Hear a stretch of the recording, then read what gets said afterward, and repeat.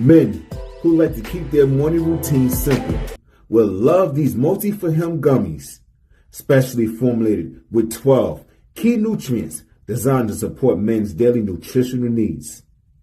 Nature-made multi-for-him gummies help support muscle and bone health. It improves your immune health, and it increases your energy metabolism.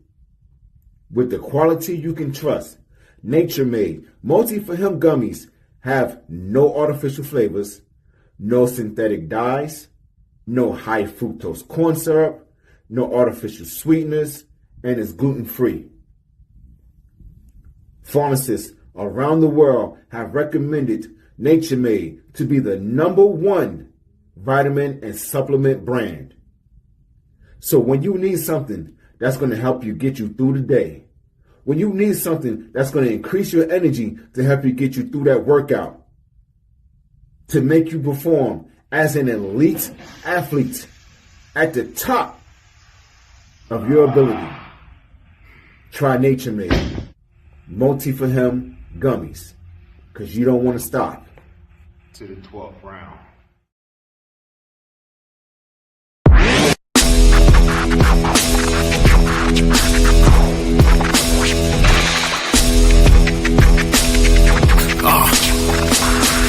Hell, welcome to the Terror Dome. You should be heading home, cause you could bring all of your ninjas and the Technodrome. I rip right through your flesh and bone and mental capacity. Flood your mind with atrocities and copious tragedies.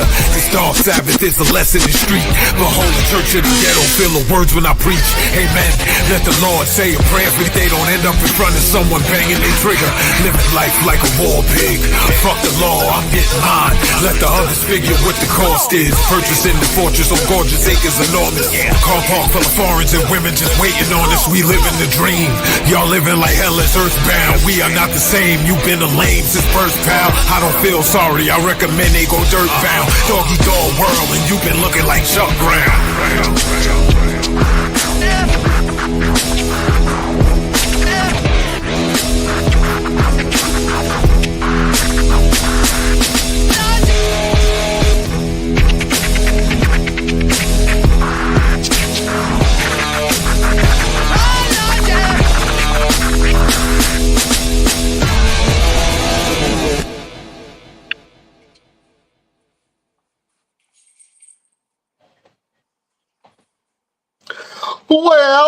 Well, beautiful people, best damn nation.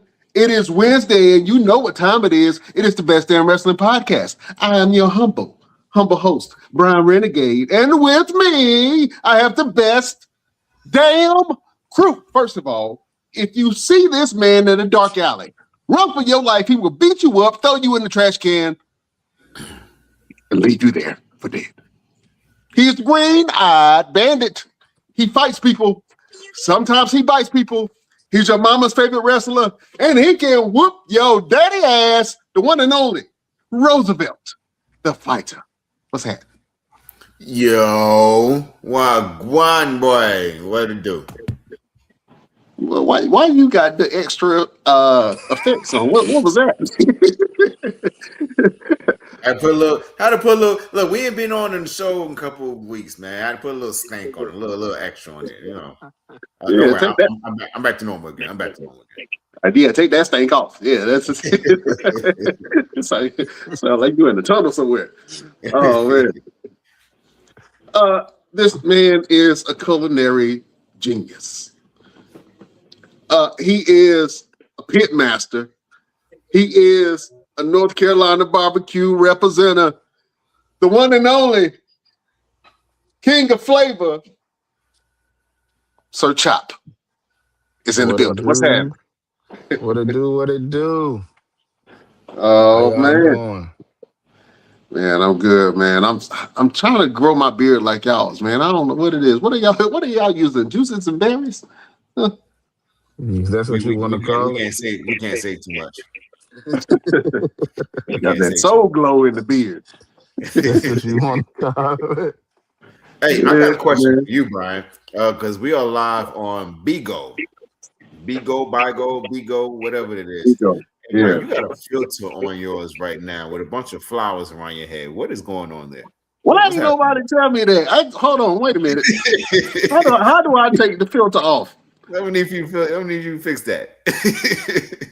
I had no idea. What up, everybody in Big? I have no idea why my face is all starry like that, but y'all just gonna have to accept it until I turn it off. I guess it's what it is. Don't just look at the Outcast shirt. Just don't look at the stars and stuff that's on my face. But anyway, shout out to everybody that's on Bigo. There's a lot of y'all on Bigo. Shout out to everybody that's on Bigo. Shout out to everybody that's on YouTube and Facebook and Twitter and Twitch. We love y'all and we appreciate y'all for being here. Y'all are, y'all like family to us. You know what I'm saying? Y'all are cousins. You know what I'm saying? So welcome. If you have not checked out this show before, we are the Best Damn Wrestling Podcast, and this is the Best Damn Crew. We're going to talk some wrestling. We're going to talk some real talk. We're going to talk about life and all that in between. Roosevelt, you got the agenda, the itineraries for today. Yes. And this is one thing that we haven't done in a very long time. And it's one of your favorite things to do on the show. So I figure we bring it back. Bring it back. Yeah. Bring back. So let's go ahead and drop that beautiful beam footage and let's go ahead and do hot topics. Yeah. All right. What are the hot topics for this week? What y'all want to talk about? It's a lot going on in WWE in wrestling, period, man. Everybody's preparing for WrestleMania week. It's going to be an amazing thing. I have an echo. There we go. I didn't fix it. Yeah. WrestleMania is going to be amazing, man. Everybody's preparing to go out there to Las Vegas and see all the sights, all the festivities, all the wrestling matches, all the shows that are going on. And of course, WWE has to do whatever they can do to get us to care about WrestleMania Night 1 and Night 2. And I think they are getting close. They're getting close. It's not the whole entire weekend that we care about. There's a couple things. Okay? But let's start with the very minimal, and we go up to the top. But you work way up from the top to the bottom, or from the bottom to the top? I mean, we can go wherever you want to do, boss. You know what I'm saying? But since Chop is new here, Chop, what would you like to do? You want to go from the bottom to the top or the top to the bottom? Nah, let's go bottom to the top. Bottom to the top. Well, before we do that, let's go ahead and introduce the villain, the guru of the Best Damn Wrestling Podcast. And he got all on. What you got on your neck, bro? I'm with you. You got them beads. That's gonna be the new fashion. That's the new fashion. 2026. You know what? I know what you thinking, Roosevelt. But you know what I'm saying. You know what I'm thinking. Yeah, I know what you're thinking. Yeah. All right, look at this Oba thing. You don't jump from Gunther to Oba, huh? You done found your guy. That's about to be my new guy right there. Since the guru come up here with his beads on, let's start there then. You know what I'm saying? And with the whole entire culture, feel like we about to get retribution. We about to be avenged. Man, y'all ain't good. Yeah, us all our ancestors, because Overfemi went in there and laid Brock Lesnar ass out. You hear me? Put his ass on the box side, boy. So how y'all feel about that, man? This past Monday, Brock Lesnar returned. He stepped in the face of Seth Rollins, or what we thought was getting ready to happen to Seth Rollins, ended up becoming Overfemi, coming out there and putting Brock Lesnar on a running path back to wherever he came from. So how do y'all feel about what happened this past Monday? I'm going to ask y'all the question before we get into that. Did you believe it? Yeah, you see that tear in his eye? Yeah. I think it was believable, yeah. Okay. I think it was. All right. Because I wanted to see if it gave you the same feeling of when Bobby Lashley faced Brock Lesnar, and I knew they was going to go to war, and Bobby was ready for the. Bobby's still ready for that fight right now. Bobby, Bobby made us proud, man. Omos kind of let us down, but we understood, politics, it's wrestling, you know what I'm saying? But I think that there is an air of, hey man, we need revenge, and this is our guy to certain communities. Even Kofi Kingston tweeted about it. You saw it, he was like, "Avenge us." Yeah, he did say that. Oh man. LP, let's ask you the question first, man. Are you excited to see Obafemi versus Brock Lesnar? Yeah, I think that it was the only person that Brock really could have faced. I know people were talking about Gunther, they were talking about LA Knight. Those would have been both squash matches. I really think he probably would have squashed Gunther too. So they needed somebody who was on the same level as Brock. And I really hope that Brock passes the torch. Fun fact, Brock has never lost to a black wrestler clean. Never. He lost to Bobby Lashley, but you remember he lost to Bobby Lashley from interference. I think Drew McIntyre or somebody interfered or something in that match. And that's when he lost to Bobby Lashley. But he has never lost to a black wrestler clean. So I'm hoping that he allows Oprah to get that moment, because a lot of people gave Brock that moment when Brock came out. The Rock did it, Stone Cold, all those big stars gave Brock that opportunity when he was coming up. But Brock really hasn't done that for other people as much. And what is Brock about to retire anyway? So what is he got to win? What is he got to lose from this? So I'm really hoping, because he should have lost that second match to get to Omos. And I think we all talked about that then. So I'm really hoping that this is he gonna pull that trigger. Yeah, because he's done this year, right? I think so. And if he's gonna retire, it's probably gonna be bigger. Man, let's ask Chop, man. What you think, man? You think Brock versus I said Oba. Oba is a good thing. Are you excited about that? Do you want to see that? Who you think gonna come out on top? I am excited. Like I told you the night it happened, I was like, yo, this might have been the best opening Raw they had in, I don't know, since it's been a minute. But I definitely think Oba. I'm like with LP though. Their aggression. They both have that aggression, so they kind of like match each other. But Oba has to win this match. Like, you wouldn't put him in a WrestleMania, his first WrestleMania, for him to lose against Brock. And I think. Yes, they would. Yes, they would. would. Absolutely not would. against, not against Oba, because he's on a fast rise right now. Like they pushing him like super fast. And to throw him against Brock, that's telling me like already, like, yeah. But I also heard something about like Brock. They said Brock didn't want to lose any matches until his retirement match. They got the bump. They got the bump. There was a rumor out, but I saw it today that they found out that there was whoever posted it. They was starting some bullshit that Okay.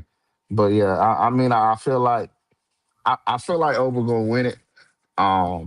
Especially when, I don't know if y'all caught it, when Brock told them to, like, yo, stand on me, stand on me, stand on me. And so I kind of see like Brock trying to maybe like, all right, this what you got to do. Trying to hand him those keys, maybe. So yeah, Oba gotta win it. He gotta win it. Yeah. This is what I will say, man. I think, and I'm gonna let you go in the second, Roosevelt, but I think that Brock don't get enough credit for being as giving as he is in the wrestling business, because he's helped a lot of people along the way elevate their character, elevate their storyline, elevate themselves just by facing him. And he's giving it up a lot of like probably one of my favorite Brock matches, and I don't think it gets a lot of like, was Daniel Bryan versus Brock Lesnar. I thought that Brock Lesnar was killing Daniel Bryan. I thought he was just ragdolling him in the ring, and then at the end of the match, Daniel Bryan started to come back, man, and I was like, and there were times with Seth Rollins where he allowed other wrestlers to kind of elevate themselves in this star off of Brock Lesnar. So I think that as a professional, I think he gets a credit or a rap of being a badass, but he doesn't get the credit that he deserves as far as him being able to elevate talent. You know what I'm saying? So I just had to say that piece. But Roosevelt, what you think, man? Brock versus Oba, are you excited about it? Absolutely, man. I'm very excited. I can't wait to see how it all unfolds. I hope they open the show.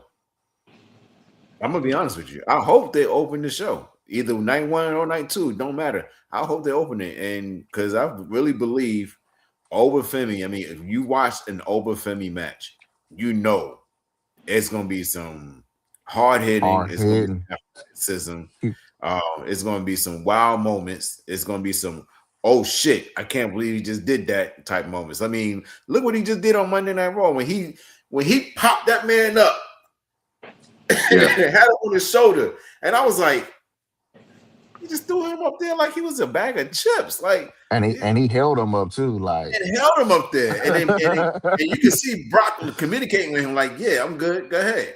And he was like, all right, blah, and I was like, yeah, he planted Brock Lesnar. Yeah, and I haven't seen nobody throwing Brock like that. Like that. I didn't even see Big Show throw Brock like that. Yeah, I mean, he yoked his ass. I mean, he did. This is for my people. Yeah. And the biggest thing for me is the believability and the emotion behind it. And I've seen some people talking trash about the man tearing up in that moment. But in honesty, anybody would have teared up in that moment. I don't give a damn who you are. You know what I'm saying? You just was given a moment to elevate you on a grand stage that 5 years ago you probably wouldn't even thought that you would be a part of. You know what I'm saying? Like that's a big moment for him. I'm gonna tell you what really sold it when they showed Michael Cole. I don't know if y'all saw the joint with Michael Cole.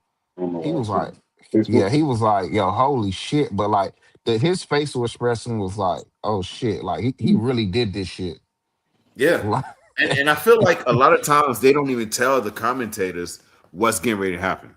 I don't think they tell them everything that's going to happen so that way they can get that raw emotion, that raw reaction. You know what I'm saying? Because like I said, when he did it now, and I saw that, I said, oh shit. He really about to do this for us. I don't know, man. I kind of feel like it's gonna be a gotcha bitch moment. I just, you know what I'm saying? You think that he went in and at the end, Brock just like dominates some more. It's like he'll beat him in like 2 seconds and shit. It's like, oh my god, wow, what happened? What? I need to see Oba Femi take a F5 and get right back up and just pop up. I'm going crazy. His ass up I don't want to see him go to Suplex City and then pop up. Take about 3 of them and then pop up. I think that'll be a bigger pop than the F5. But you know take what? about 3 of those joints and then pop up and be like, yo. Throughout that entire segment, though, what stood out for me is we can clearly see Seth Rollins is not clear to do anything. You know, that man, the way he moved in that ring right now is just like it's showing tall tales of I can't really do too much right now. You know what I'm saying? And then the bigger thing, and if WWE don't capitalize on this, they retarded or something. Paul Heyman's new catchphrase for Brock Lesnar. He kept saying F-A, F-O, Yeah. F-A, F-O, F-A, F5. And as soon as he said, I said, yeah, that's a shirt. That's a shirt. Fuck around in that 5. Yeah. I like that. I like that a lot. You know, that's dope. But you know what? Paul Heyman needs a lot of credit. And Paul Heyman needs, he needs to be inducted into the Hall of Fame 2 times just for being Paul Heyman. Because there's nobody anywhere ever in the history of professional wrestling that's dedicated to whatever story he's attached to the way this man is. You saw his eye?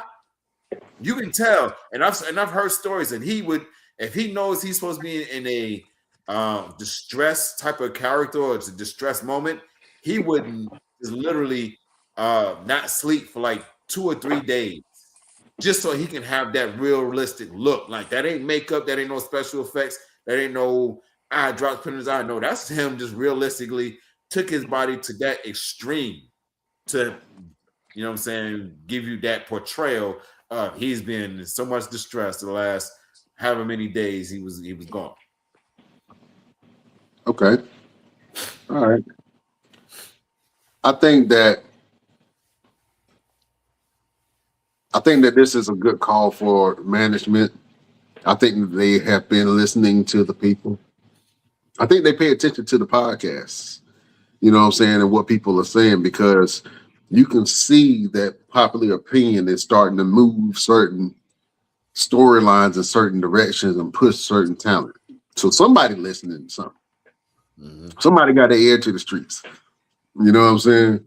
Because it seems like they are making that shit. Now, they could have put Brock against anybody, because anybody could have got that spot. Gunther was a surefire, yeah, he gonna get that spot. LA Knight needed something to do. Why not? He would antagonize Brock and put on a horrible wrestling show. Horrible wrestling. Yeah. I can't advocate for LA Knight no more, bro. I can't. I be trying to defend him, but I can't as well. I can't defend him, man. This is just getting to the point where it's like, no, you gotta help yourself. You gotta help yourself. And even though they took it super personal, and I'm gonna shift gears real quick because I want to talk about another match that's on the card, Roman Reigns versus CM Punk. They took it super personal. I don't think it had to go there, but it did, and then the Usos kind of jumped into the storyline. And it seems like we're about to get Bloodline 3.0. I think only one is gonna come over. What's my boy name? The short one. Tonga, the short Tonga. Tongalore? Yeah, I feel like he might be the only one that, like, you know what, I'm gonna come join Roman. I can see that.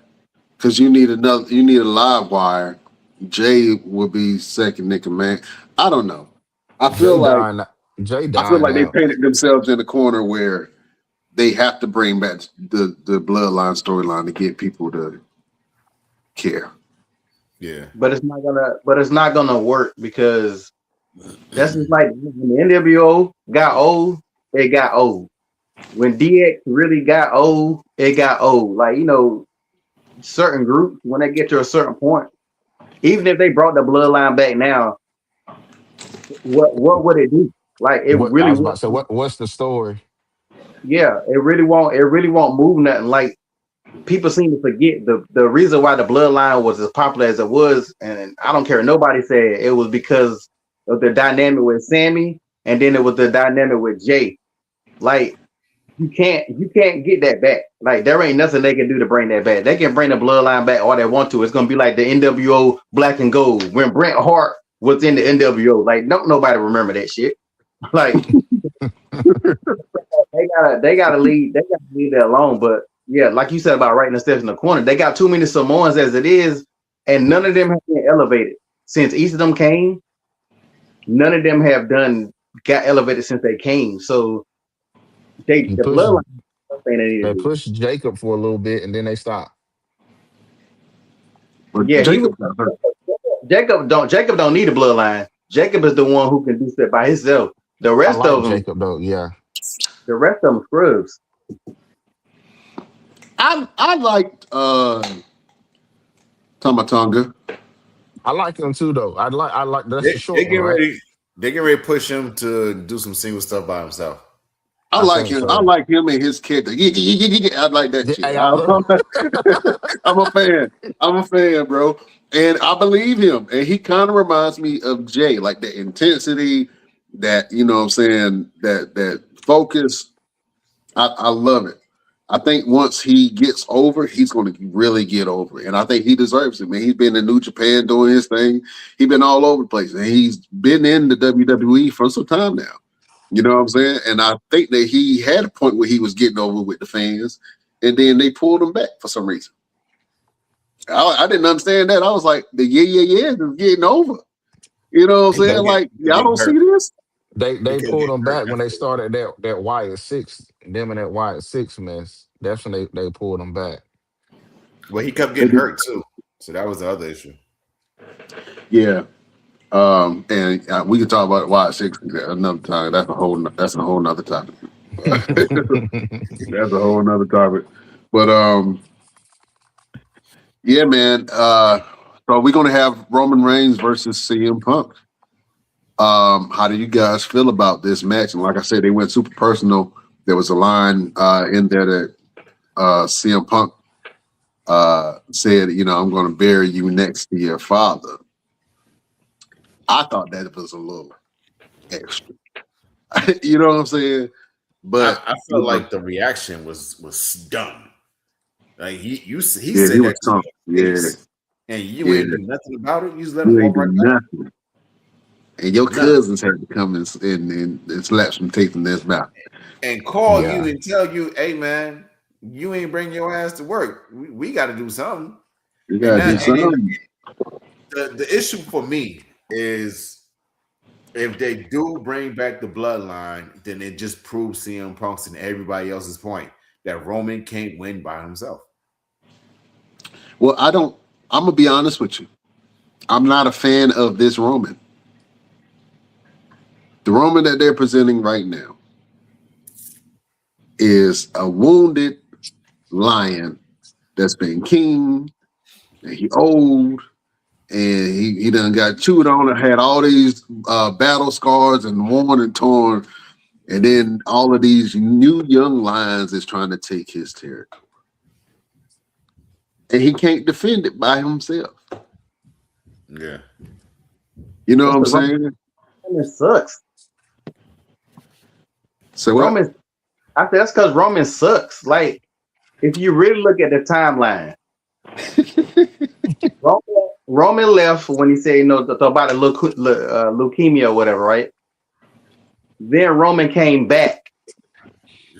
People, of course, they're gonna cheer him because the man came back from fighting fighting a disease or whatever. But bro, remember he was getting booed before he left, so they bring him back, and then he eventually go heal with the bloodline, and then the bloodline, he got over with the bloodline.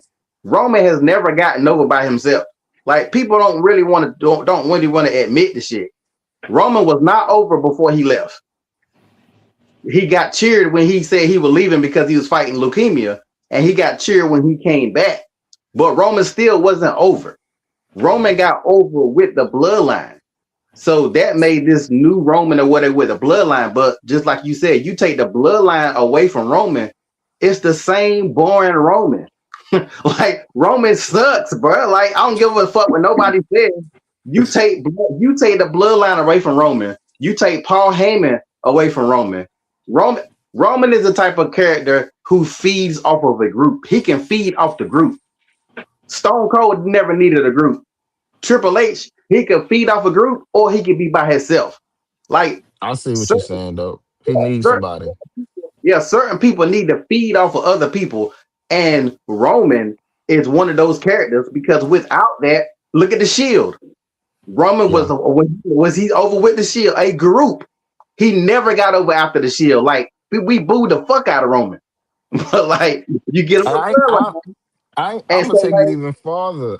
It ain't even like a group. I think he just needs somebody else to like feud with. 'Cause now that you say that, I look back at him and Cody when they was going at it. Cody kind of like led that little feud. Like yeah, it heel won't Roman, like work. you like people. Roman was a better heel than he is whatever he got going on right now. I don't even know what he is right now. I don't That's even know what what I'm the hell saying. CM Punk is either. Say it again. I don't even know what CM Punk is either. Yeah, I don't even know what. Yeah, neither one of them have. I don't know what they are. Am I in the minority here? Am I the only Yeah. person that really don't like CM Punk?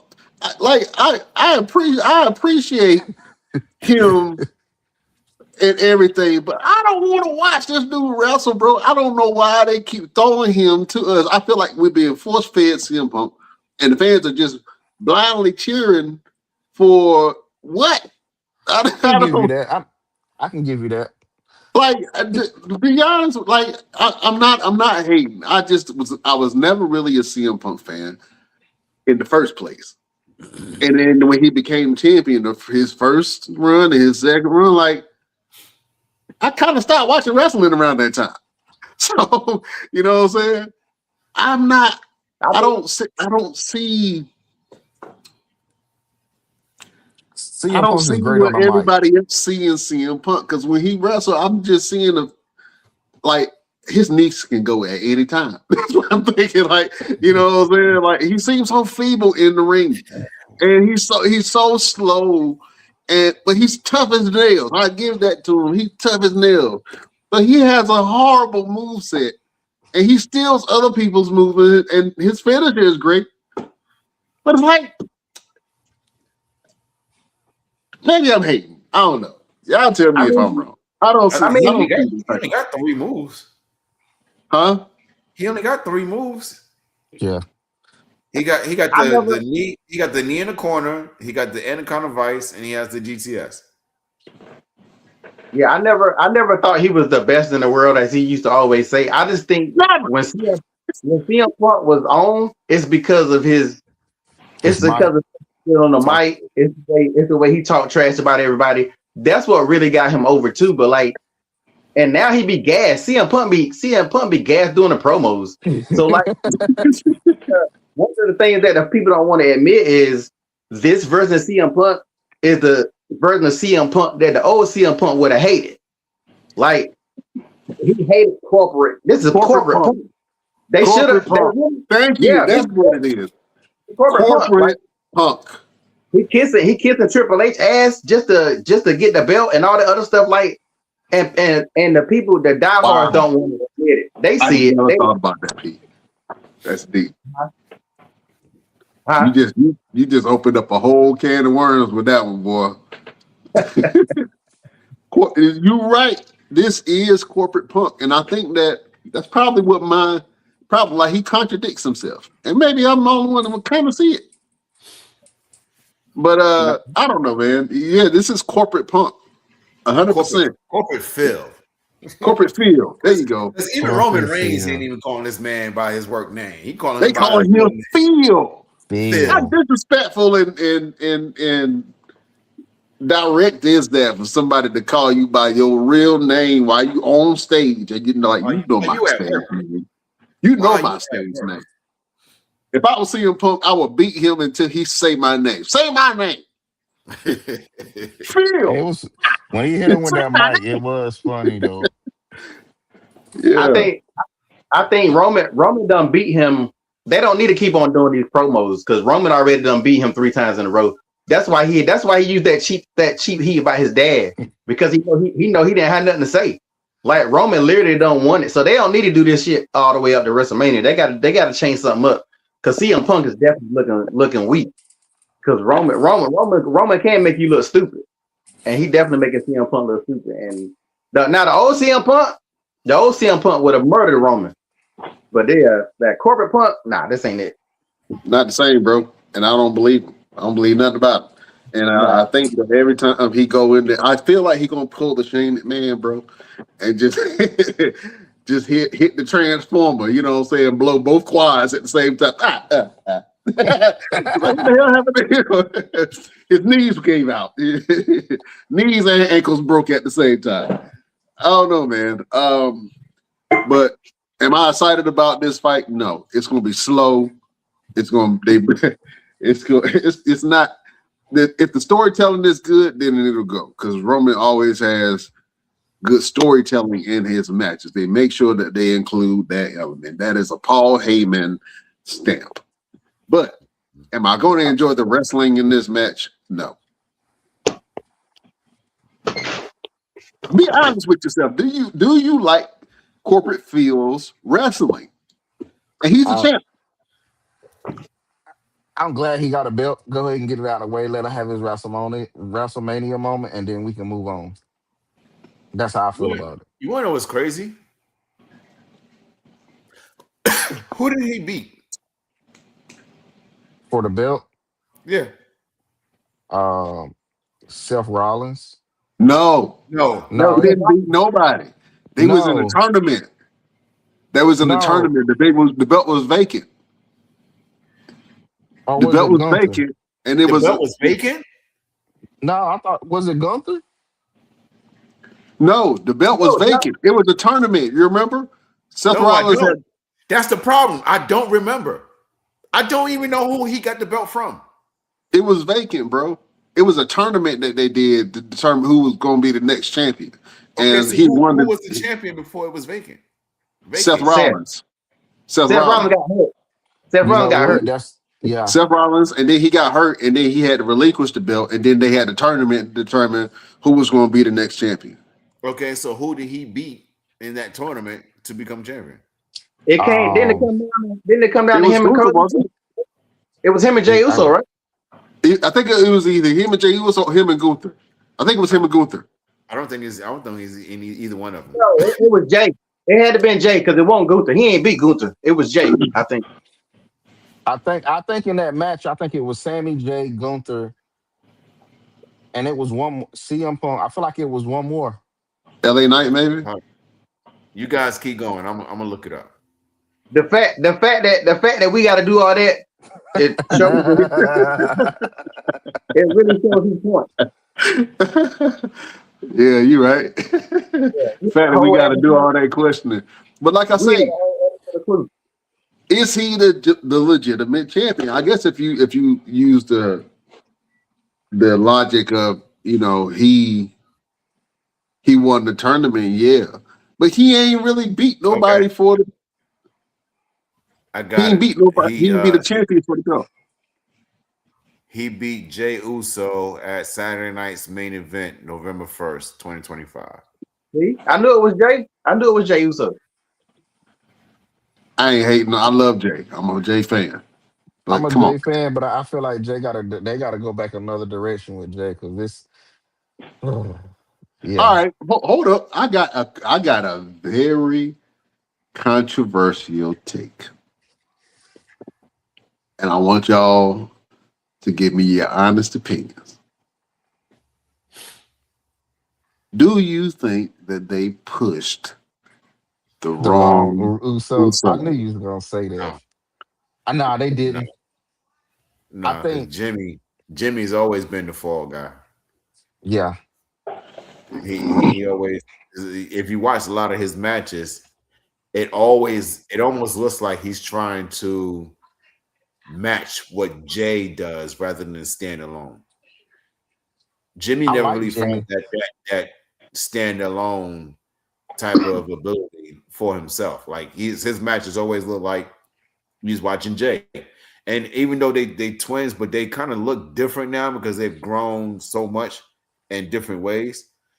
Big Jim. But still emulates a lot of stuff that Jey does. Like they couldn't even change their whole song. Like Jimmy changed the song a little bit, but it still sounded like the Usos. Now I will say I like this Jim more than I like the previous gym. Like this gym that we've been seeing like the last month or so. Yeah, I rock with this gym. I ride with this gym. I rock with this gym. I But it's believe like this gym. You know what I'm saying? yeah, like this gym, you can be like, hey, yo, he might can get your little, he might can take a little U.S. title run or intercontinental. You know what I'm saying? But Like this gym right here. the issue is they got him too tied to his family. He's got this. The reason why you like him because he's got the mentality of I'm my brother's keeper. He's Right. always running behind Jay, making sure he's good. He's always running behind Roman to make sure he's good. He's my brother. I'm my brother's keeper. That's the mentality that he has. That's the persona that he has. So it's going to be hard for them to be able to say, "Hey, we want you going on a singles run for this title," because he's too tied up with his family. I think that one of the problems that people like Jimmy got is like now. You remember back in the days, if a wrestler wanted to get away from something, they would just change their whole entire character. Like they would change that character completely, and then you either get over or you wouldn't get over. Wrestlers now, they won't really change. They won't change their character out the blue. Like, you know, Jimmy can't be no luchador or no shit like that. But like when you look at He like absolutely could be one of the Americanas. they got You know enough of what I'm that. saying? He could be like a funny kid. Because at one point in time, he was being a little bit funnier, and he was kind of getting over with that too. But they didn't push the envelope. They really could have pushed that, and he could have branched off on his own. But like they're not. Jimmy's not that good in the ring to do that, and I think that's why they won't do that with Jimmy. Like you notice it more when he by himself. He ain't like Jeff. He's not like Jeff and Matt Hardy because Matt was better than Jeff. Jeff was doing all that high flying shit. He was the most popular one, but Matt was better than Jeff. So Owen Hart was better than Bret Hart. You could argue with your mama. Owen Hart was better than Bret Hart in that damn ring, but Bret Hart was he was that top. He was that top dog. And I think Jimmy's just a tag guy. Everybody can't be a solo guy, no matter how good you are. And Jimmy is a tag guy. Man. I would agree with you, but I've always thought that they were going to push Jimmy first. If the Usos, back in the day, I was like, when they decided to split the Usos up, I thought they was going to push Jimmy because Jimmy was funny. Jimmy was really entertaining in the ring, and Jay was a little bit more quiet, but Jay actually broke out, and I think that the bloodline storyline was the best thing that happened to the entire family because it highlighted the entire family both on screen and off screen more than it has in the past. You know what I'm saying? So now you have this dynamic where both of the brothers are now a tag team again, but there's no real tag team division anymore. Yeah. So it doesn't matter. You know what I'm saying? That they tag team champions because y'all disbanded, and a lot of the tag teams are sitting backstage trying to figure out what we's gonna do, how we gonna get on TV. You know what I'm saying? You keep seeing the same matches. Like put some new teams together. Like, you know what I'm saying? Do something different. Something. You know what I'm saying? They are starving out the Street Profits. They are starving out the Motor City Machine Guns. I saw them last week for the first time, and I don't know when. Bro, like, and they put this random team of R-Truth and Damian Priest together, which it would have made sense. The War Raiders.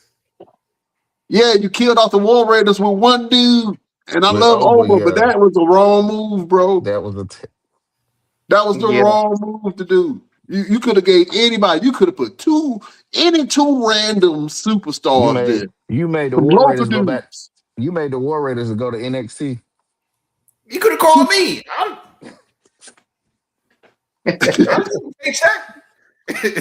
Pop me up salami, brother. Pay me. Fuck it. Yeah, bro. That spot could have been taken by anybody, bro. That spot and for them to feed the war, I felt some type of way about that because I'm a War Raiders fan. And I was like, damn, they just fed both of the War Raiders to Oba, bro. Like, how you come back from that? I can listen. I can You don't, understand, because they ain't been on TV since. bro. I can understand if it was Omar's 7, whatever, 3, 4, 5, whatever pounds, a giant. Okay, I can see that.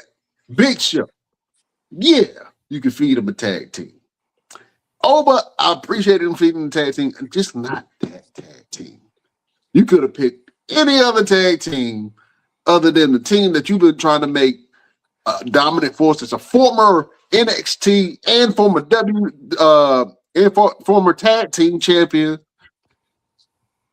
multiple time tag team champions in WWE. Mm-hmm.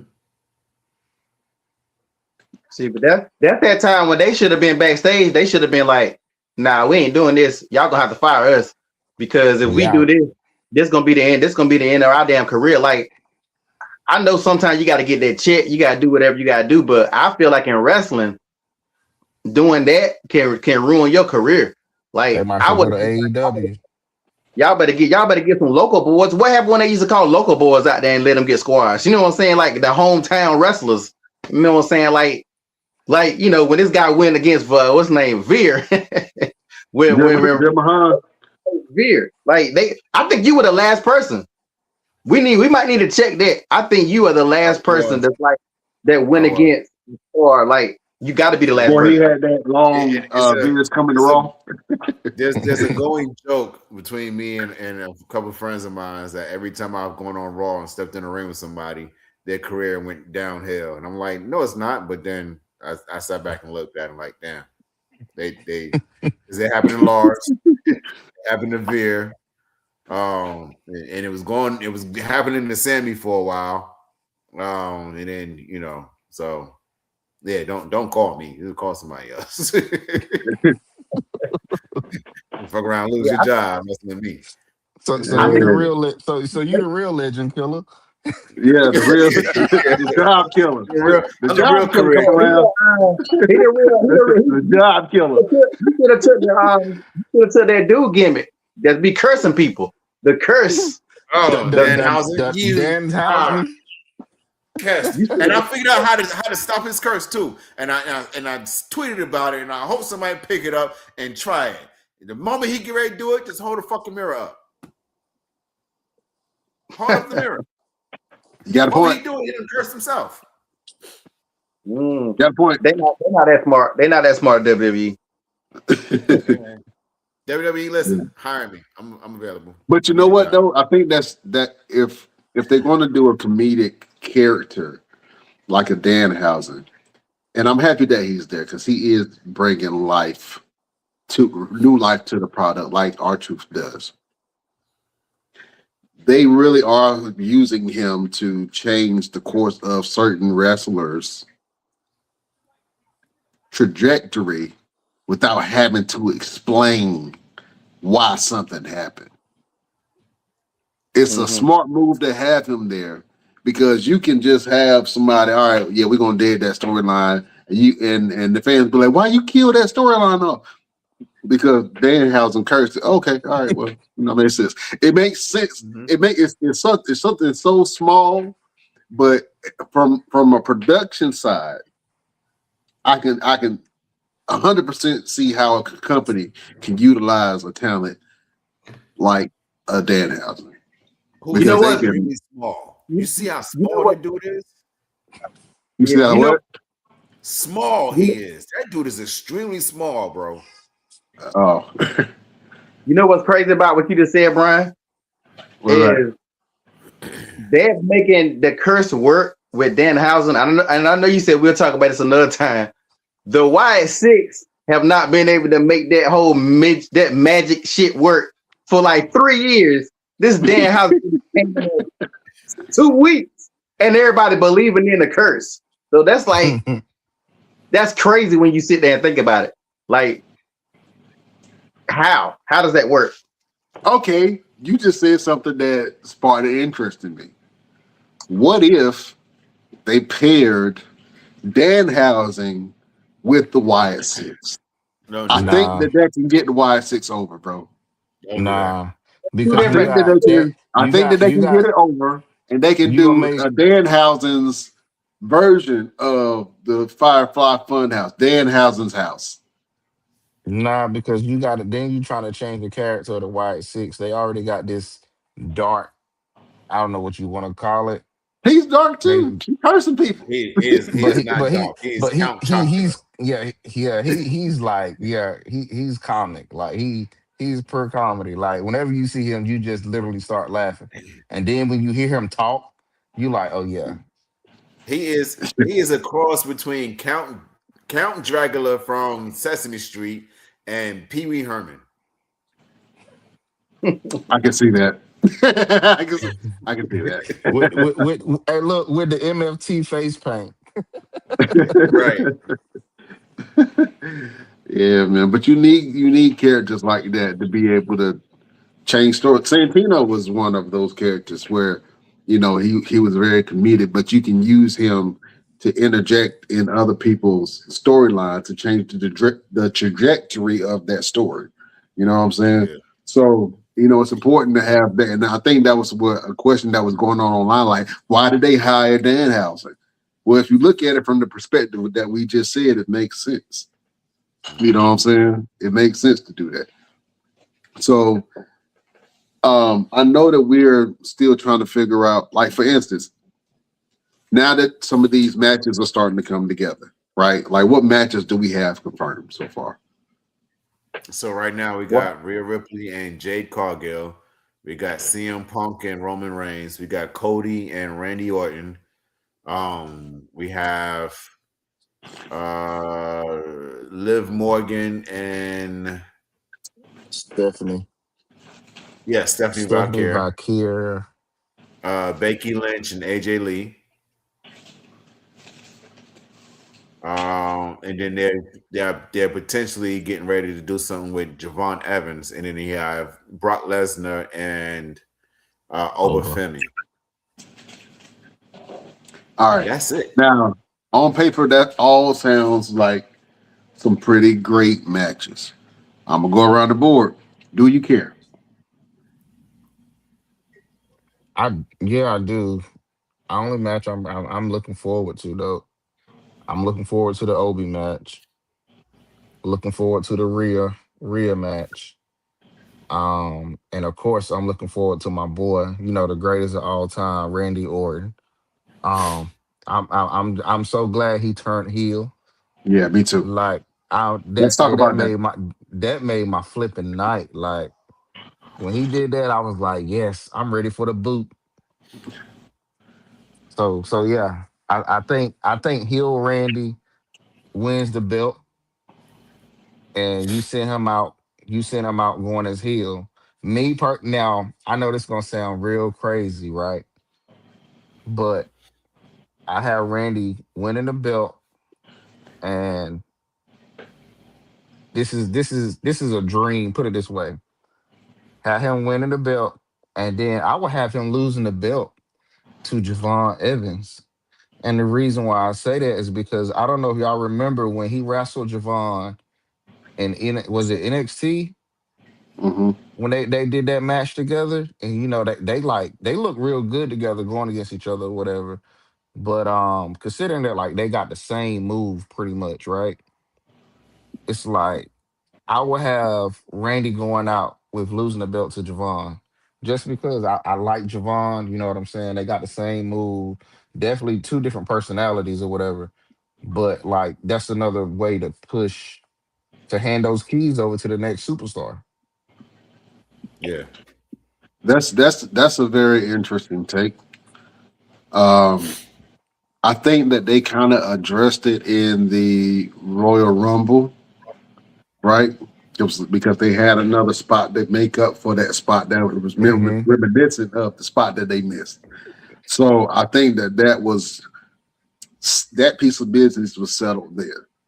Now you're talking about passing the torch, right? Is Javon the person that you think that Randy should pass the torch off when Randy eventually does pass the torch? I don't think there's another Randy see it in the being business possible. like that's coming up though. I don't think Javon ain't Javon ain't ready for that. Nah, he not He's ready for not that. he's He not not, ready, but I think he's ready. I think you definitely gotta give him a push. but not He got that. But you got that the boy got an US. organic push right now. You got lower. They got to get back to making the wrestlers earn them spots. Like you get the US title, then you get the Intercontinental. Like you work your way up. Like you just can't throw people on these with these big belts. And then just look at Jey Uso. Jey Uso is a prime example You're of right. he won't You're right. win. I would at He least won't win.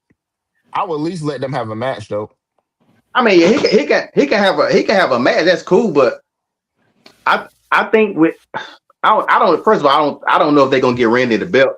If they do, I think Cody got a better chance of getting the belt. And I personally wish Cody would have went heel instead of Randy going heel because Cody needs a change. Cody needs some kind of change. Cody is the worst I champion. He think don't. we all want Cody to go heel, but Cody ain't going. I think it's in his contract for him just not to go heel or something. He won't do it. Cody being a heel before. So if you look at one of the reasons, and I posted it on my TikTok, one of the reasons why I hate Cody is Cody always getting his ass whipped. Like they done that too much. Randy beat him up. KO beat him up. The Rock beat him up. Who else done beat him up? Drew McIntyre done beat him up like 2 or 3 times in the bus. And the shit that pisses me off the most is when Cody gets whooped, he don't get no get back. Like the next episode, he might be talking or saying some other shit. Like if you beat up Stone Cold on Monday, that next Monday Stone Cold driving in there with a damn with a monster truck. With the 4-wheeler. You can't whoop my ass 1 minute. Like look at how look at all that shit that The Rock did. You know, a lot of people saying that Randy talking to The Rock on the phone, but look at all that mess that The Rock did to Cody. And then on Saturday Night Main Event, he clapping for The Rock, talking about, yeah, that man spit on you and whooped your ass with a belt. Like Cody sucks, bro. Like that's why I can't get behind Cody. Even if he turns heel, he's still gonna be. That's the only hope. Maybe he can do something, but if they don't got good writing, it ain't gonna matter. But Cody get his ass. I don't know if y'all watch Invincible. Cody gets his ass whooped more than Invincible. If y'all watch that TV show Invincible, I just got finished watching season episode 1 right then because you knew that new episode dropped. he get his ass whooped more than Mark, son, and it's crazy. And look, and at least Mark will actually fight back or go to. Yeah, right. He would fight back. You're right. Now hold up, I ain't gonna let y'all. And I'm not taking up. I got to take up for Cody on this. Cody does get some get back. He'll come and just randomly. I've seen Cody a couple times go after people who attacked him. What I will say. Hold on. This is what I want to say though, real quick. That's what I want to say. I think that heel Cody only makes sense if he has a group. That's what I was getting ready to say. The only time he gets a get back is when he got somebody that's got his back. The only one he went and got get back at was Drew McIntyre. Well, no, he does is when he got a group of people that's going to go in the ring with him. KO too. Yeah, he beat the KO too. But KO beat him up by 2 or 3 times before he finally did it. But no, Cody needs a group. Cody with a group could be like Roman with a group if they do it right, and that will be better. But like, yeah, I think Cody as a face can be by himself, but Cody as a heel, he need a group. But it don't need to be. This is how you fix that. You LP, you mentioned something on one of the shows about division, and you said division is a group of people that don't need each other. It don't work. It don't make sense. What if Cody joined division and became the leader of division? Cody need his own group he need a group of young people. They don't need to be no. Well, who would you put in Cody's group?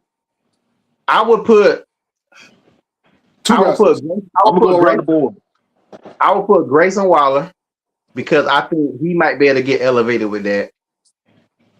Y'all might hate me for it, but I'll put Javon Evans in that group and see what he does as a heel. I know y'all don't want to see it because y'all want him to be the bouncer, y'all want him to be the good guy.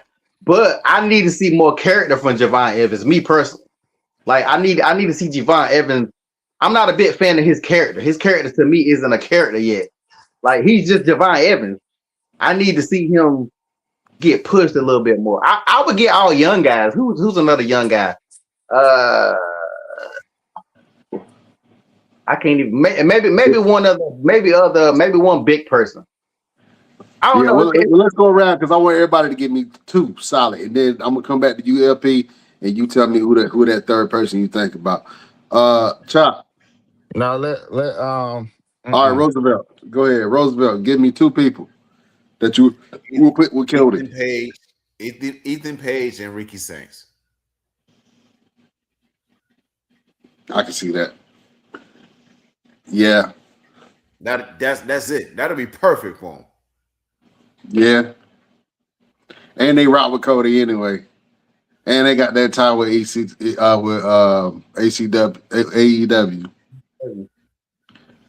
And Cody kind of influenced both of them to kind of come over. Hey, what about an AEW squad? Put Jay Cargill, Ricky, anybody who went to AEW. You could do that and call them the New Age Outsiders. WEA. we. Yeah. They could build off of that and even kind of mention I know they're not gonna mention AEW, but they can all kind of mention, a little bit of some other, they used to be together in another place or something like that. That might work. That and that group works really well, Roosevelt. I can see that.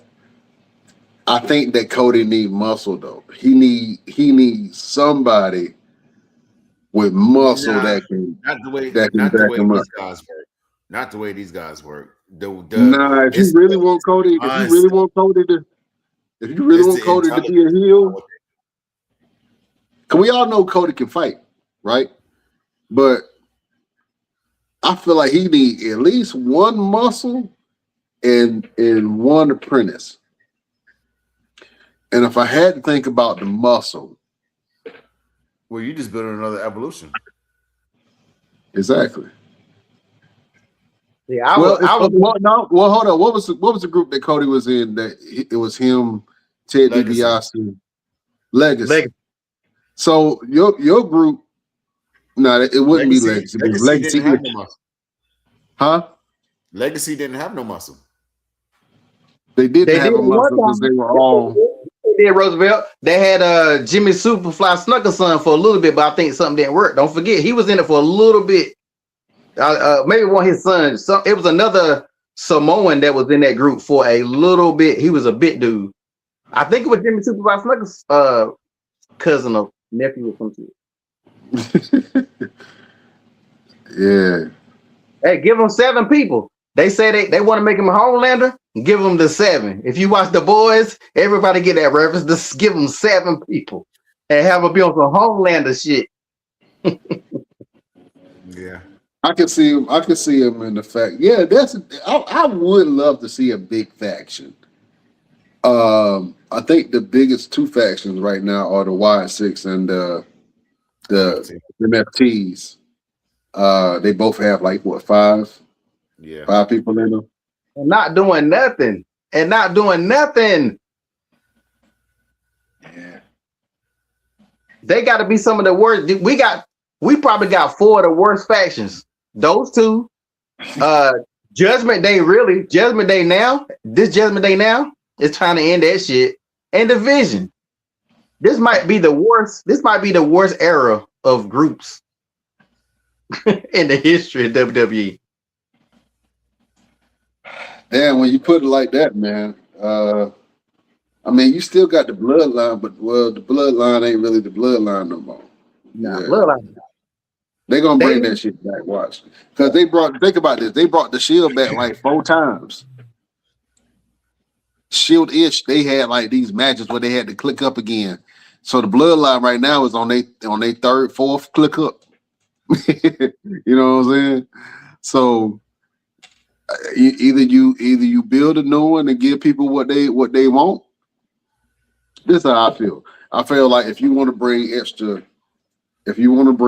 blood to the bloodline and you want to make them a true faction again, you would have Roman unify everybody. And have have the whole entire bloodline showing force from Roman, the Usos, the MFTs, all 5 of them. And then you put in Jacob Fatu. If you really want to that's 9 right there. Who gonna stop them? Ain't nothing stopping. And then if you can bring in, I don't know why they ain't bringing him in, but if you can bring in the main one, the one that ain't got there yet. What's face son? His other son. Yeah. Umaga son. Yeah. And I know this dude. Zilla Fatu. Yeah, that's what it is. If you bring in Zilla Fatu, I don't know why they're not bringing in Zilla. Maybe they might think that he might be hard to work with, or whatever the case may be. I don't know why. But if you're going to do the bloodline storyline in any capacity, if you're going to try to bring them together, have Roman get back with Uso, then have Roman unify the family. That will be. You got Journey Fatu out there as well. Yep, Journey Fatu. You can bring in Journey and Juicy and Damu. At that damn point, they need to start their own damn wrestling company.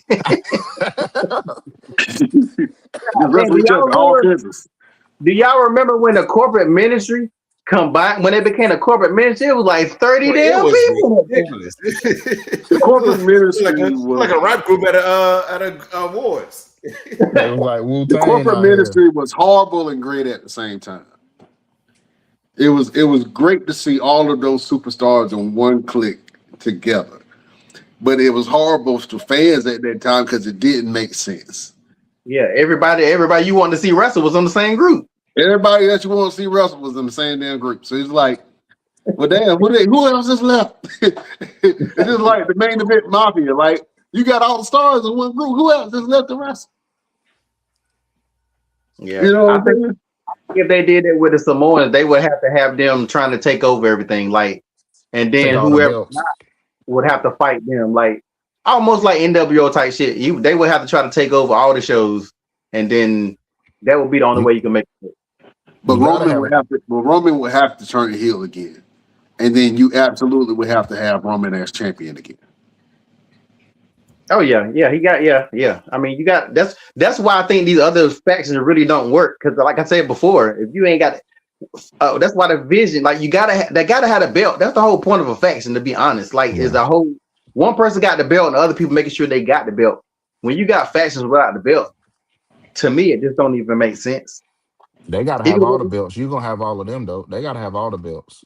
Oh yeah, they definitely gonna have every. They gonna bring back down the light heavyweight championship, the hardcore championship. They gonna bring back all the belts. They gotta have all the belts. The European title. European title. I think they okay. That's a good one. And I know we're jumping around, but what is a title that you think that they should bring back? None. I always wanted the hardcore belt back, but I know they can't bring it back just because of the, it's PG-13 or whatever. But yeah, I always wanted the hardcore belt back. Look, damn PG-13 now, the way Cody Rhodes and left all bloody. Take that back. It ain't even PG-13. It's just too many commercials. Yeah, that's it.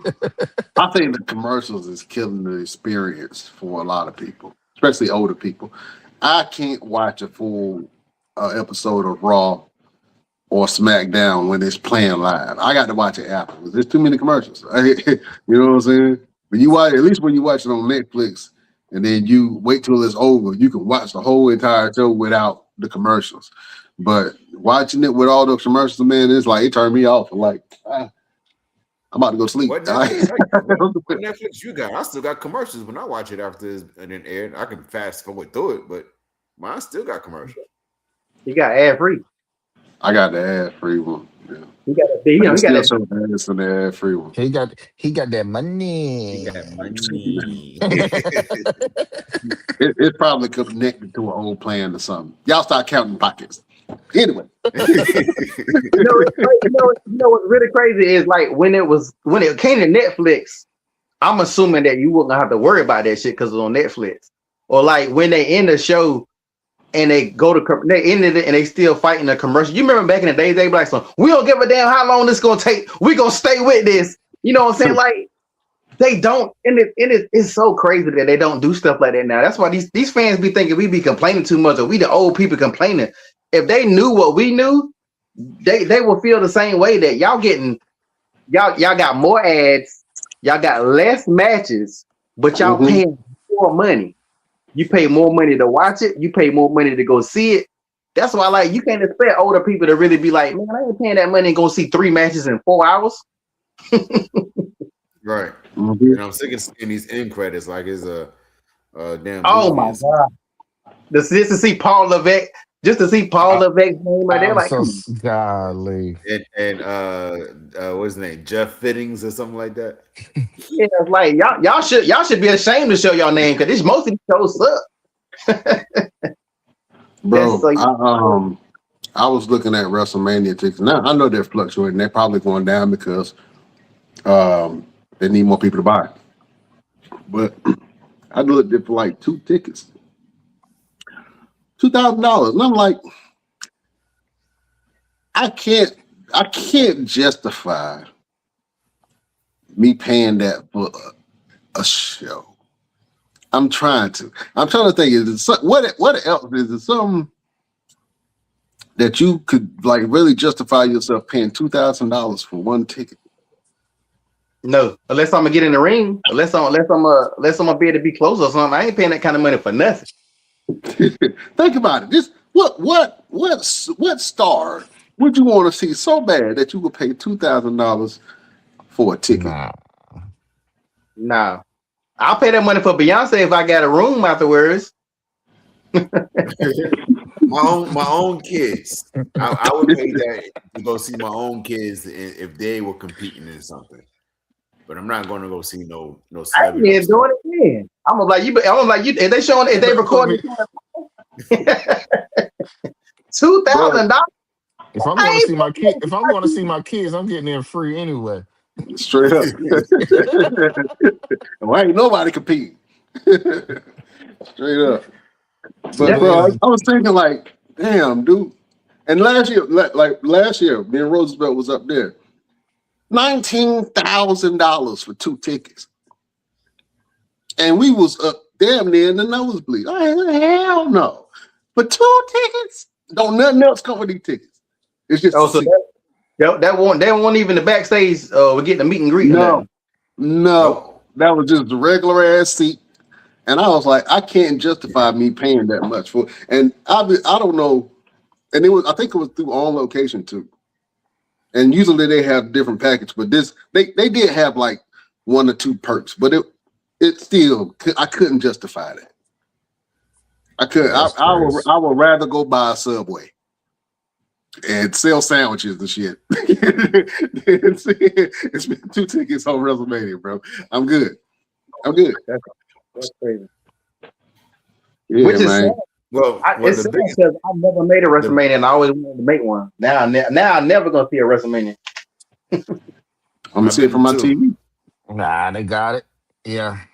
I've been to 2. I've been one as a fan and one as a worker.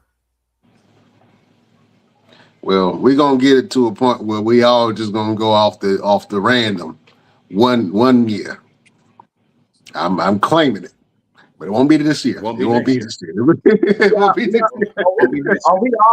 Are we all gonna put in an application to work backstage or something? That's people I don't I'm gonna go ask, can I be a caterer? Hey, straight up. We can get you in that catering room, Jack. It's a wrap. How many on your staff? It's 5 of us. 5 of us. I'm gonna do most of the cooking though. It's five of them. Yeah, I'm gonna do man. all the talking and chopping it up. Like, yeah, man, yeah. I wrestle too. Right. Yeah, man. I Still, think you put that. some more food on my plate. Yeah, okay. Yeah, I got Yeah, I feel like this is the longest wait to be excited about WrestleMania that I've ever been. You know what I'm saying? Like I don't feel the same excitement. I don't feel the connection to it. It feels disconnected in a lot of different ways. I got a And question since you said that. yeah, Off the card that we just saw, right? That we just talked about before the matches even hit. Like, what would you grade this WrestleMania from just off you. on paper? I would say a C. It feels like it's going to be I feel like a C show. I don't know. I would say I don't know. B. Hold on. I can't say that. If I'm just looking at it on paper and I'm looking at the matches, it should at least be a B. Yeah. It should Yeah. at least be a B. I say But the D. reality is what was the last pay-per-view that you actually thoroughly enjoyed?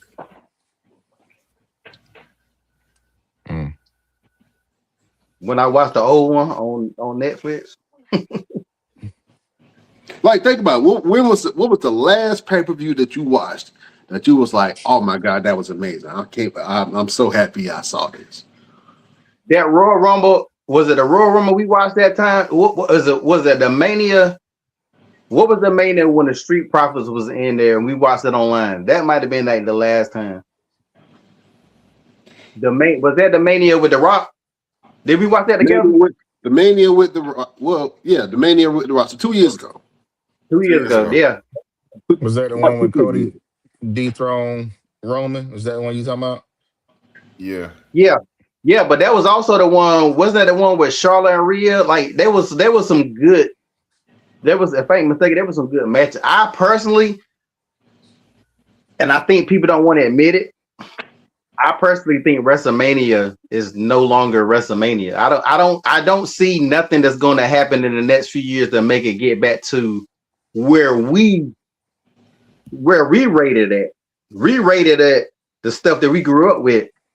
You got to lower the bar, because what is going to change in the next couple of years to make WrestleMania get to how it used to be?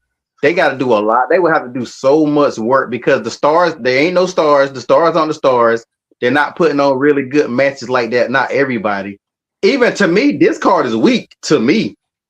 I think other than the Oba and Brock match, which I just want to see Brock lose, I don't care about none of these matches. CM Punk is old and he can't wrestle. So that CM Punk and Roman match, that's not gonna be that's not gonna be a good match. Good story. It's gonna tell a good story, but I don't think like wrestling wise, I'm not.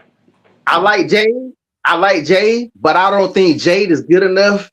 And she might prove me wrong. I don't think Jade is good enough to have a match with Rhea like the Rhea and Charlotte match was. Like it need to be on that. Now this is the chance to show. Good. But Jay, I don't feel like Jay. They needed Bianca not here.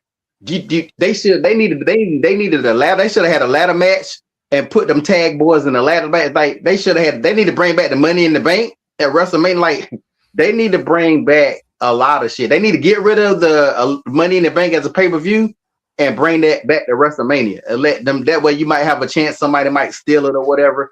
Bring back the damn TLC during WrestleMania. Like they ain't even got no what they ain't got no cage matches. Have they met any other matches like any special match? Huh? No stipulations. No. So what kind of mania is this? This is fast lane. This is not WrestleMania. two nights of fast lane. Get ready. Like, come on, bro. Like, is it really worth spending your money? Like, can you really look at this card and okay, I'm gonna spend whatever it is that is for Mania? It's not worth it. I think. Well, but I think WrestleMania itself. Even AJ Styles said this Mania ain't even like it ain't even used to be. Imagine the Super Bowl not being a Super Bowl or the NBA Finals not being the NBA Finals. The WrestleMania is now just a regular pay-per-view. The Super Bowl ain't like it used to be either. It's too political. Yeah, everything is political. And then the crazy part is when you feel like when people criticize you about watching wrestling, and then you figure out that there are other sports that are predetermined as well. You watch boxing now, boxing ain't even the same no more. They done ruined the sport of boxing. Boxing about to get even worse. You got Mike Tyson and Floyd Mayweather and Manny Pacquiao. Nigga, they old as fuck. It's too late. It's too late. Yeah, and then bro, and then you figured out that, hey man, this shit was rigged all along. And listen, I'm gonna say it out loud, and I'm gonna say it as long as I can. Ain't no way that you can tell me that the 2014 Carolina Panthers should have lost that game with Cam Newton as the quarterback. And there were some visible plays where I was like, that looked real suspect. Why would you do that? Why would you make that decision? And then you realize that they up here rigging the board the whole time. And they got to follow a script just like they do in wrestling. Maybe I'm wrong. But there are some Super Bowls that you would scratch your head and be like, how the hell did that even happen? I'm gonna tell you when I knew the Panthers were gonna lose that game.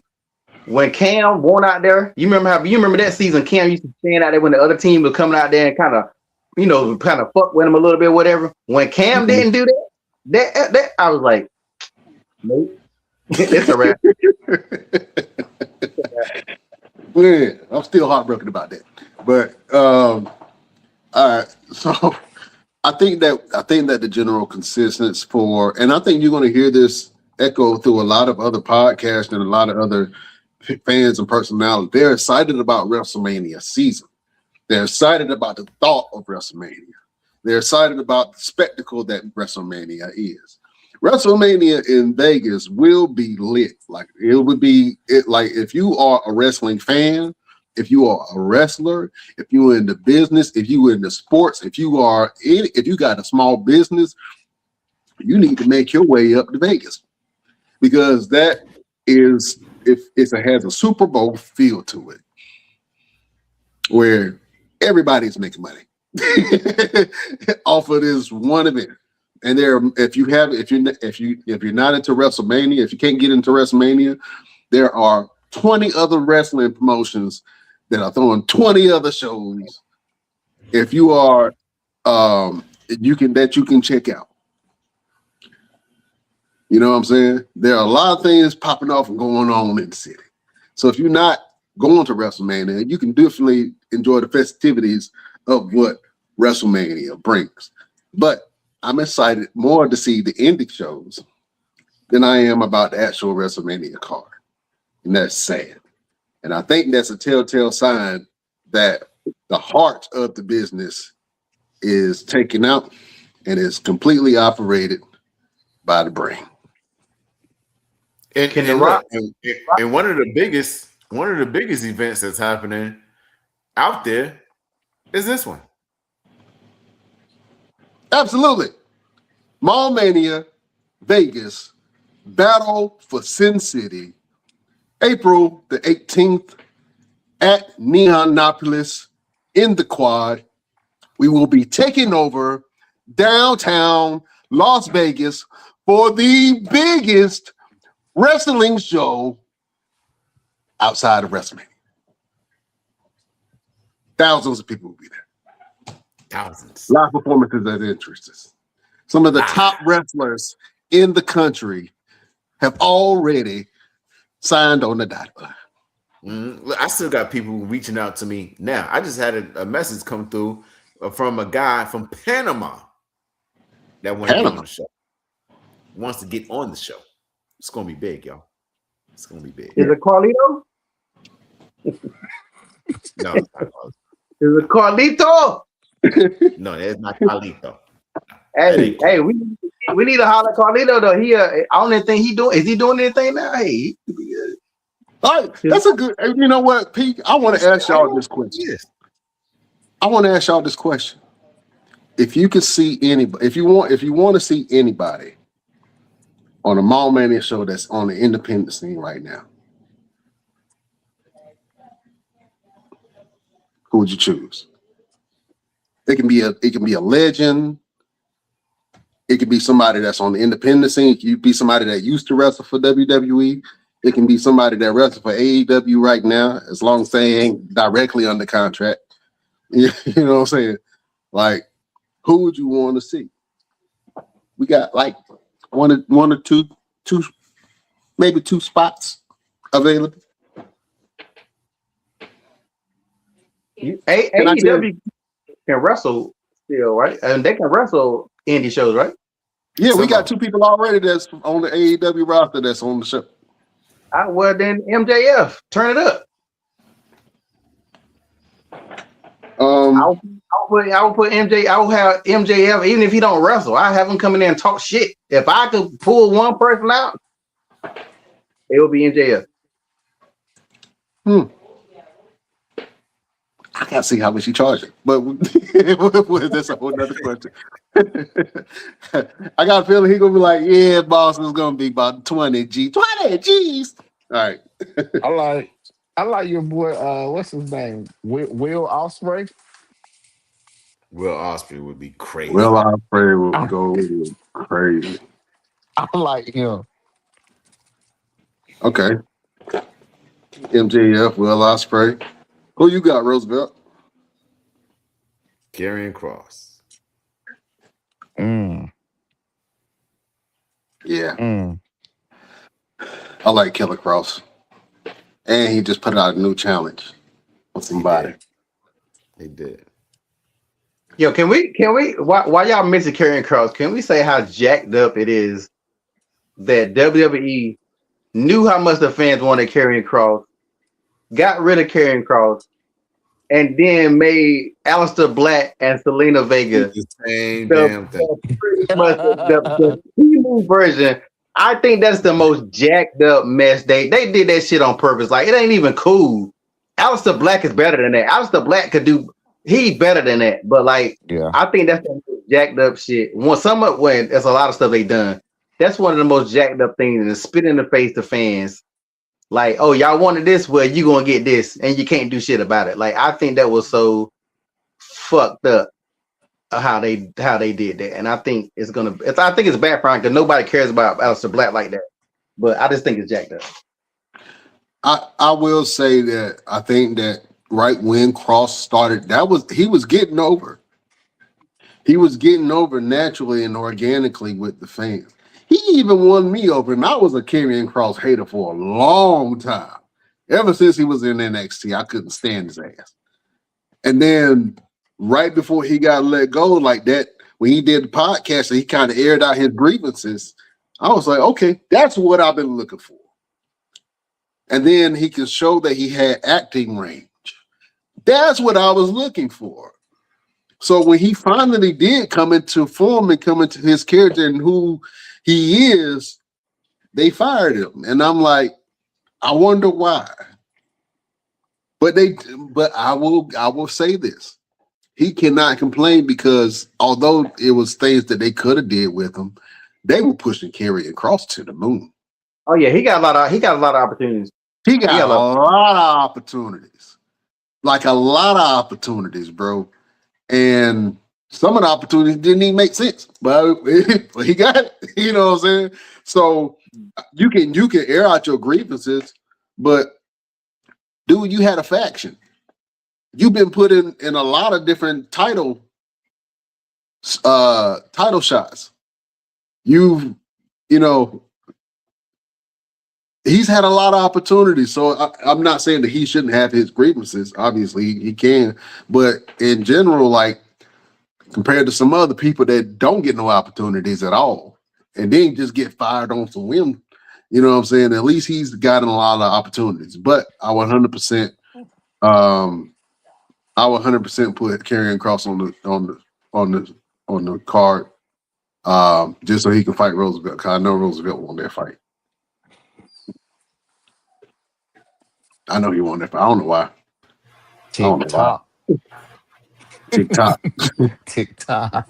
Tick tock. Absolutely. Somebody else I want to bring on. I think for me, I would want to do Matt Riddle. I'm a Matt Riddle fan. Are you keeping up with Matt Riddle? Are you keeping up with Matt Riddle? You don't want Matt Riddle on your event, boy. No, no. Is he gonna show up? Matt Riddle been doing a whole lot of shit. Hell no. Hell. Even if he said he'll do it for free, man, Matt Riddle's he a crash out, bro. Like he been crashing out. He been crashed. Yeah, I think he had he did a couple of no show stuff, but like I've been watching some of his shit. Hell nah, Matt Riddle's a crash out. Hell. I don't even want to. When and where has this happened? I haven't seen nothing. What? Matt Riddle, he had that one show. He had that one show he didn't show up for it. Then he didn't refund the money, and then the people called him out on it, and then he ended up refunding the money. He went on this big old rant. Man, y'all better get into the news. Get into the dirty news. Get into WrestleMania. I be watching WrestleMania. I get all my news from them. But yeah, Matt Riddle got man. I did see that one. Yeah. WrestleMania keeps me caught up on a lot of drama. But no. I don't want to see y'all have to fight Matt Riddle for real in real life. I do it. Yeah. I ain't fit to scuffle with nobody. I'm leaving it at that. Yep, I might drive to Vegas too. I'm leaving it at that. Yeah. But yeah, man. I want to be excited about WrestleMania, but I am excited about WrestleMania season. And I'm excited at what we're about to do, man. It's gonna be one for the city. It's gonna be one to remember. You know what I'm saying? And then we got Homecoming, our homecoming show in August that we're planning, and it's a 2-day event. And El Peasy, you know what I'm saying, is doing his Thug Thizzle and doing the second night of Mania and shutting the whole entire region down with the Fashion Wars, man. Tell people about the Fashion Wars event that you're putting on. Oh man, it's going down as part of the event. It's gonna be a designer battle. Designers going head to head, models going head to head, music, live, hopefully some live bands. So it's just gonna be a totally different event. Nobody's ever done an event like this, period, in this area that I know of. So I'm gonna say nobody's never done it before. If I ain't never heard it, it ain't never happened. So once again, we're gonna be bringing something new to the Greensboro area. Definitely tap in. We definitely been for none of us living in Greensboro. We've been putting Greensboro on. Right. Right. Y'all gotta start tapping into stuff that we bringing to y'all, because I know y'all don't got that much going on in the area. So definitely stay locked in with all that stuff we got going on. Absolutely. Hey, look, I want to do something in the Bull City, man. You know what I'm saying? That's why I cut my teeth at, man. Chop, what's happening in the Bull, man? It's a lot going on in the Bull. It's just the Bull is also oversaturated. But the Bull ain't doing nothing like this though. Not like, you know what I'm saying. Mall Manias. I don't think, I could be wrong. I don't think I've seen anything in the Triangle area within like the last couple of months that's going on as far as um the indie shows. I could be wrong. Um, but I definitely think the Raleigh, Durham area could be an area where it's definitely a lot of potential at. Let me ask you something about the food scene, man. Do you feel like the food scene in North Carolina is growing? Definitely. We got a couple of Michelin 1-star Michelin restaurants in the Raleigh Durham area that just dropped out this what's that, like within the last 4 months or so. So yeah. So Raleigh, Durham is definitely Cary. The Triangle area is definitely growing as far as the food scene. Um, to me, I think it's one of the best in the state. I'll put Raleigh, Durham over Greensboro, Charlotte. All of them. All right. I stand on that. All 10 toes. Heavy boots. Yeah. Absolutely. Oh man. All right. Beautiful people, thank you for joining us. Fellas, let's go around the board. What you got's going on and where can the people find you? Let's go to the villain of the Best Damn Wrestling Podcast. LPZ, what you got's going on?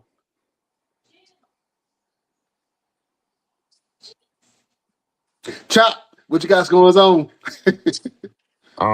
March 28th, I'm gonna be in Fayetteville barbecue competition.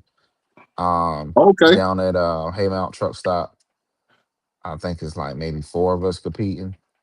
Um, I think one of the guys has been on the Food Network channel, which I think is pretty dope.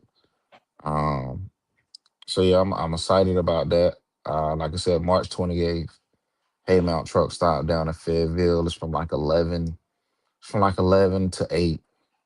Y'all come out, eat some good food. We doing what we doing? We doing chicken thighs, pork barbecue, and pork ribs. So yeah. All right. Now I'm gonna tell you like I told Roosevelt, you are champion. You better go out there and represent. I'm gonna go do what I do. That's all I know how to do. There ain't no room for a number 2 best in the world. Absolutely, man. So Chop, let them know where they can find you, man. Um, Chop business out. page, yeah, business page. Y'all type in Chop House Barbecue and Catering. Facebook and Instagram. Personal page on Instagram is Chef Still a Nation '07.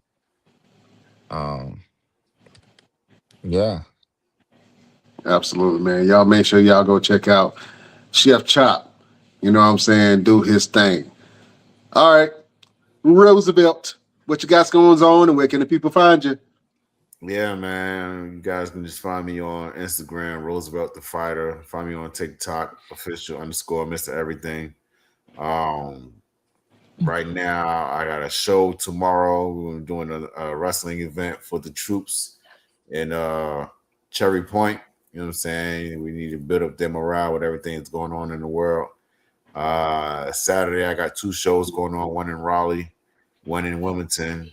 And then, of course, next month we're getting ready for Mania, baby. We got a bunch of shows going on. I got Soar on Thursday. I got waiting on confirmation for a show on Friday. Waiting on confirmation for a show that Saturday morning. Then we got Mania that Saturday evening. And then me and Brian going to hit the town and paint it red and put all our money on black because that's what we are. That's right. we bet on ourselves, man. So and put some things together for some overseas tours during the summer and fall. You know what I'm saying? So connections with the UK, Canada, and Germany. So I'm making some returns and making some debuts. So just out here just getting it where we can. Absolutely, man. Y'all go follow Roosevelt and all his adventures on his platforms. P, you there? Yeah. I'm here. I was using the bathroom. I go, I ain't want to come on when I was letting the water out. Okay. I hope you flush and wash your hands. What you got going on? And where can the people find you?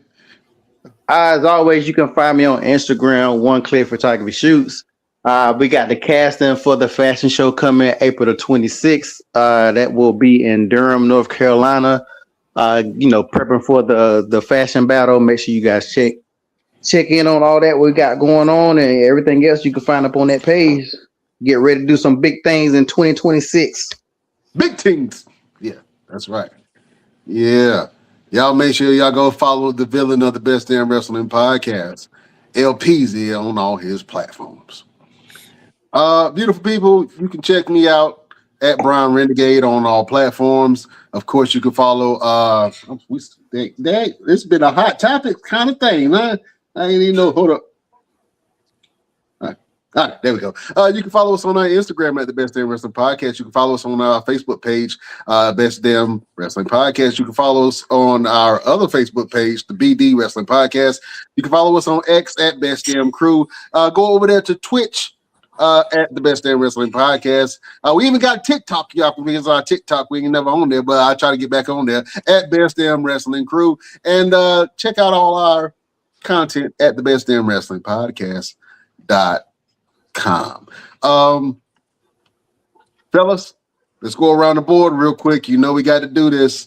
We got to lead the people with a little motivation, something good to help them get through their week. Let me go over to the villain of the Best Damn Wrestling Podcast, LPZ. Do you have a final word for the beautiful people? Oh man, I'll just say that, man, in life, somebody's always going to throw you curveballs. You just got to be able to adjust. Don't never panic. Just breathe, work it out. I've been working. I had to go through some stuff this week about my Facebook and all this kind of drama mess. I'm going through it with messing with Mark Zuckerberg, trying to get my Facebook right. So, but I didn't stress, you know, I got to adjust. I had to make my move to my other page for right now. So when things happen, just always be ready to adjust. Absolutely. Be ready to adjust. Be flexible. That is the final word from your boy, the villain of the Best Damn Wrestling Podcast, LP. Chef Chop, do you have a final word for the beautiful people? Be yourself, because everybody else is taken. Damn. Yeah. That was solid. I like that. That's it. That's it. That's all that needs to be said. That's all I need. Mic Yeah. drop. Yeah. Be yourself, because everybody else is taken.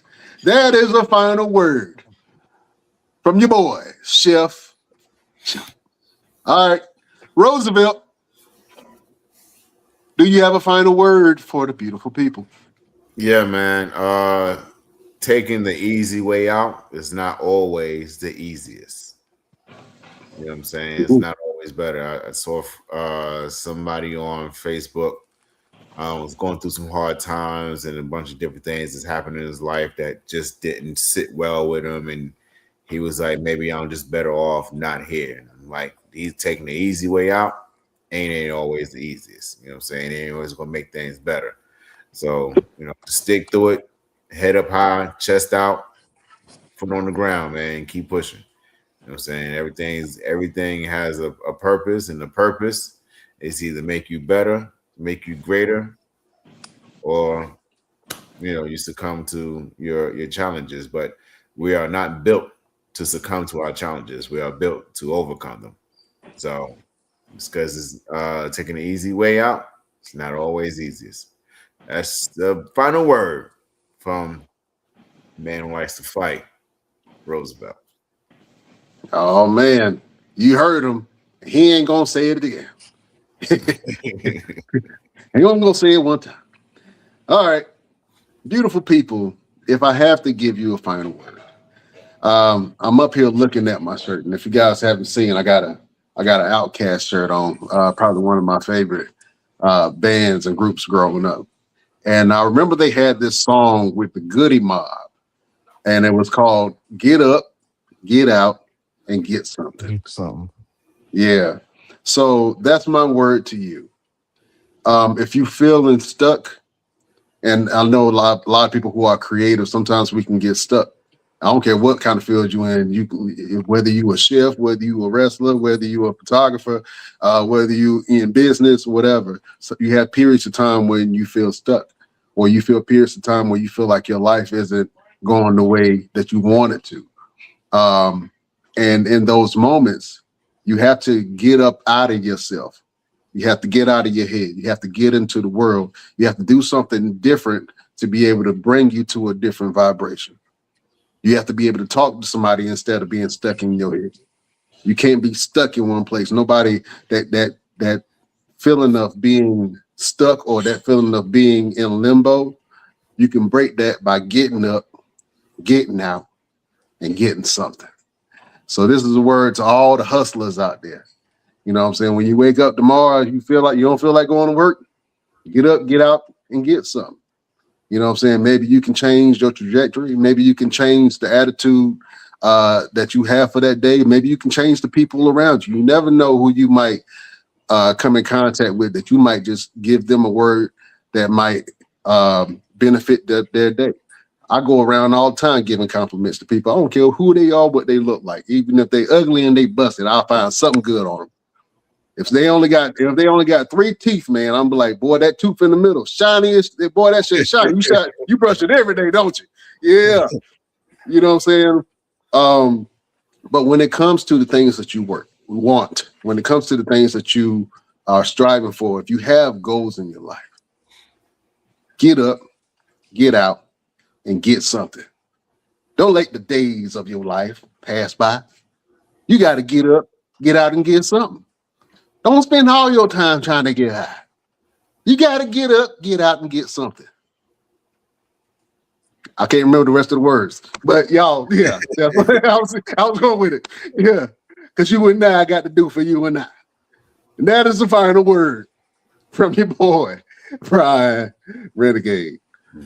All right, fellas. Marcus, you were supposed to help me out with that chop. What's up, man? You knew the words. Hey, you was going. I was flowing, and then I was like, I had a brain fart, like, damn, I love that song.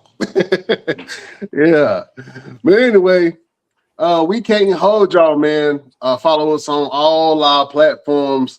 Thank you for joining us.